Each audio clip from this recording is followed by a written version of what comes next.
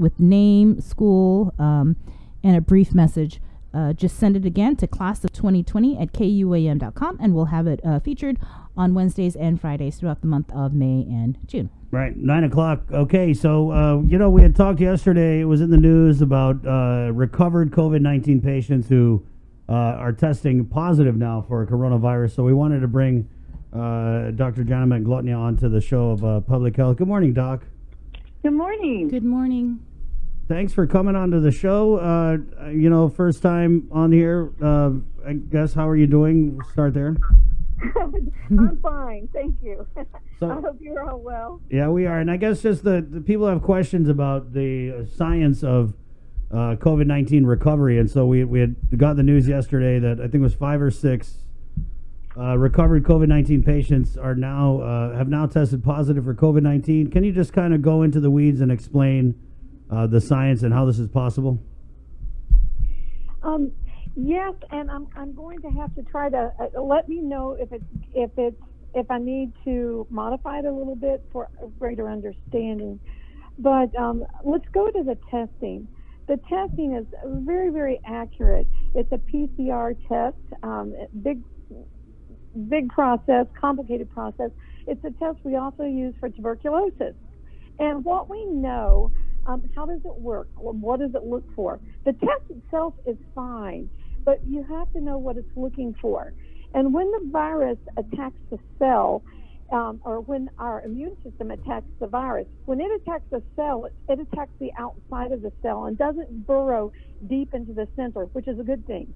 When our immune system attacks the virus, it also attacks the outside, the envelope, which makes it infectious, and we can render it non-infectious by attacking that envelope. What does that leave? It leaves the inside, the nucleic acids are still swimming around. They can't do much, but they're still there. So those dead fragments are floating around. So when we do the test, that test picks up nuclear fragments. And that's exactly what we're looking for. When we put the test in the machine, we say, okay, tell us, do you see any footprint of that virus? And it says yes. Then if you say, is it alive or dead? Because we know that through convalescence and with time and with healing, those will be dead particles. So if I look at the machine and say, okay, you found it. Is it dead or alive? The machine says, I don't know. You didn't ask me that. And so that's where the machine limits, that's where they leave off. And so that's, it's a technical limit. So the test is good for what it's looking for, but it can't answer every question you might have.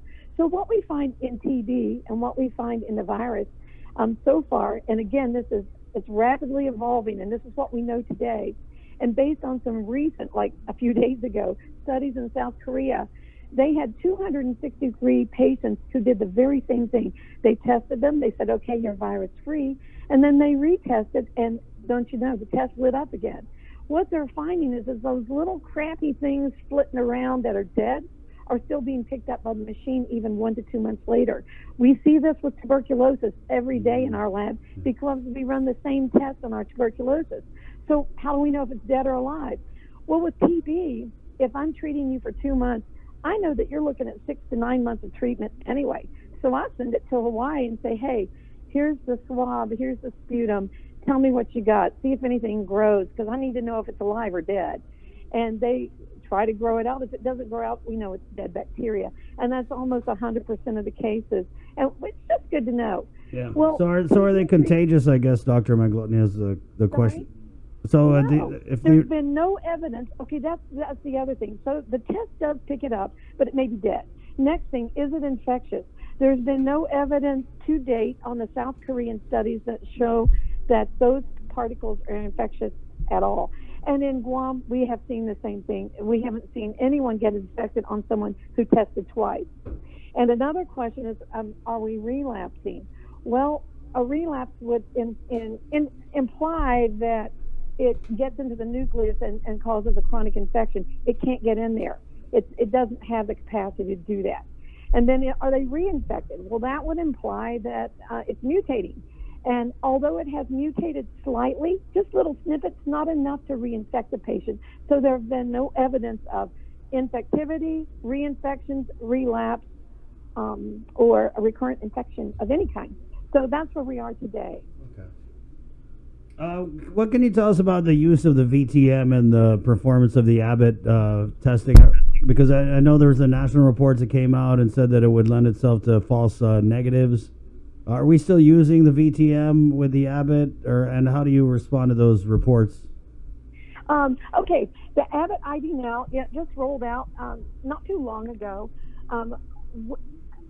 They found that the results were very valid if you avoided using viral transport media in 3 milliliters of viral transport media, and if you could just take the swab directly to the machine. Okay, because that's the way that you can. There are different ways you can use that machine. Right. One is using the viral transport media, which is the VTM, in 3 milliliters, and they found that they were having false negatives with that. Okay, I got several pronged answer to this. Okay, first of all, we never did that. We used 1 milliliters because we were trying to conserve those VTM tubes because there weren't many. So our lab automatically, and not because of this, we had already taken the 3 milliliter aliquots and reduced them to 1 milliliter, which improves the accuracy of it. So we didn't know that at the time that would be an issue, but we happened to have done that. Second of all, we quit using it April 28th because our volume went up so high that we couldn't use those one-by-one tests because you have to do it one at a time. We run the big machines where we batch it. Right. So we tended not to use it because we had so many tests coming in. Okay. GMH uses the machine, but they do directly swab to machine. So, and another thing, so we avoided the issues because by just using direct swabs and by having accidentally and inadvertently reducing our aliquots to 1 milliliter.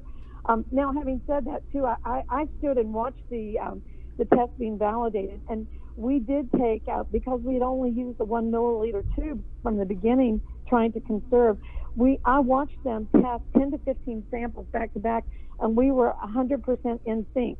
GMH also has sent over tests just to be safe when they felt like someone may really have the disease and they tested negative. They sent them for confirmation on our equipment. So we've done checks and balances right and left, some intentional and some inadvertent. Just for clarification, you said you went from 3 to 1 milliliter. Is that right? Aliquots. The VTM tubes have usually they come with 3 milliliters of solution, and we didn't have enough tubes, and we knew that 1 milliliter would work on the platforms that we have to test. So we had already taken 1 tube and made 3, and we didn't do it because of the Abbott ID. Now we did it to conserve and extend the quantity or increase the quantity of tubes that we had.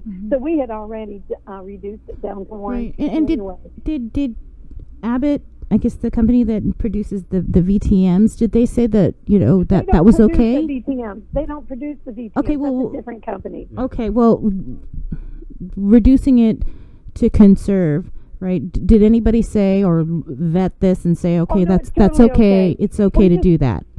It's not even whether it's okay. We reduced it to the smallest amount we needed to do the extractions for the machine. Yeah. And now you're getting into technical stuff.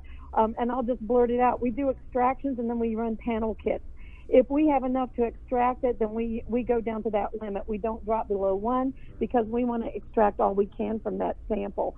And so 1 milliliter is perfect for the PCR extraction. Doc, can we just go back to the recovery process? So are patients who are deemed recovered tested before they're deemed recovered or declared recovered? I mean, do you get tested to be a recovery, or do you just be wait observed? The 72 hours? Right. Yeah. The CDC currently has 2 options. Well, actually now one for testing and one without testing. One for testing, one for non-testing, and we have done the non-testing because we didn't. Initially, because we didn't have enough tests. Now we do. But initially we did the non-test path, and after over 100 of those released, we haven't had any evidence of infections from any of those people. And again, there's no evidence that anyone can infect anyone after the illness is convalescing. Now, that's not to say your symptoms will be resolved. The metric used by CDC is that the symptoms have improved. And generally, let's go to symptoms, because if people are looking for that as a sign of cure or recovery, if it improves, yes, but symptoms vary from patient to patient. If you look at some of the social media and the online blogs where patients are posting, they're saying their symptoms are lasting as much as a month. And in fact, I was looking at one patient who said that she was in her mid-50s, and she said that she's on day 30 still having headaches and fatigue. Then there's another one named Lauren Nichols, 32 years old. She's on day 51 and is keeping a daily log, and her symptoms are still persisting. So in general, we say if you've had a mild go of it, 10 to 14 days improved. But if it involves the lungs, you're looking at a month, 6 weeks or more. Right. So, Doc, what triggered these recovered patients to be tested again? Was it part of the follow-up process, or were they not feeling well? Continued symptoms. And one person said, I just want to know for peace of mind. But now we have tests available, so we're doing it anyway on anyone. So sorry, Doc, of the 6, what did you say? Because you kind of cut off there. One of them just wanted a peace of mind. One had no symptoms and just wanted peace of mind. And some of the others were having lingering symptoms or had never been tested. Because if you came in 2 months ago and said, I'm sick, I need checked, and we find out you're positive, and the household had similar symptoms, we just said, assume you're infected, everyone go home and isolate, because what else could it be, at that point? And we didn't have enough testing capability at that time. But now testing capability is less of an issue, and so some of those got tested because they had never been tested, and they just wanted to see the test. So now they are probably having the dead fragments picked up as well. Mm-hmm. Well, speaking of testing, I'm not sure if you could answer this, but could you tell us where we are with the expanded testing? I know that Hemlani Apartments in Harmon was on Saturday. Have we already started moving into St. Dominic's and Gumatran-Kiladat? St. Dominic's is today, and I don't know about the other one. Hemlani, we did that one Saturday. We spent 3 days in Estumbo, another evening in Ilau, and Agate on Saturday too. I think that maybe Friday. Yeah. But yeah. So St. Dominic's today. St. Dominic's today. Okay, and then do you know when Gumatran-Kiladat is? I wouldn't know, but that's a different team. I so see. I'm sure someone else has that answer, but I'm sorry, I don't have that. No one. problem. Yeah. All right. Okay. Okay. Does it make sense what I'm saying? Just because it's a lot of medical.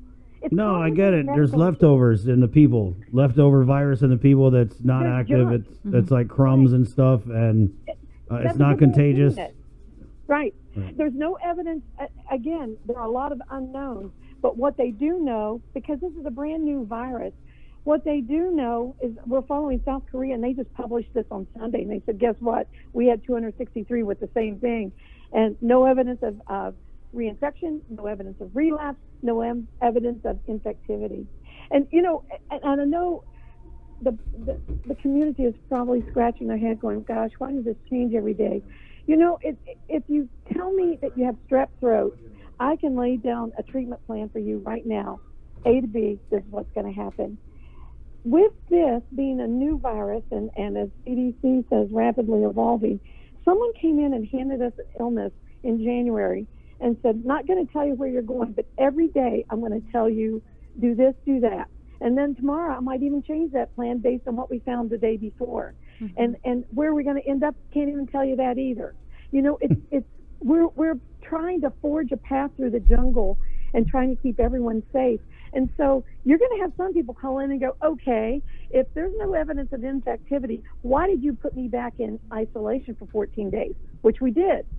We did that using an abundance of precaution, because until someone hands me definitive data saying non-infectious, no problem, until I see that, we're going to keep the patient safe, family safe, and community safe. We did that just to be on the safe side, because we don't know. And I know I'm choosing a very conservative path. I'm even more conservative than the CDC even recommends, but I say but I'm speaking for our teams. But we feel that's the safest thing. Until we know, then be safe. Right. Mm-hmm. Well, thank you, Doc. It was definitely good to talk with you. And now that I got your number, any kind of testing, scientific stuff, we're going to call you. Sounds good. Thank you. Thank you, Doc. Thank you for having me on, and I hope it made sense. It did. Wash your hands. Thank you. Take care. Okay, thanks. Okay, bye. 9:15. That was Dr. Janna Manglona, of course, DPHSS's chief epidemiologist. Thank you guys for watching our Facebook live stream here on Containing COVID. KUM News Takeover, Guam's favorite. Let's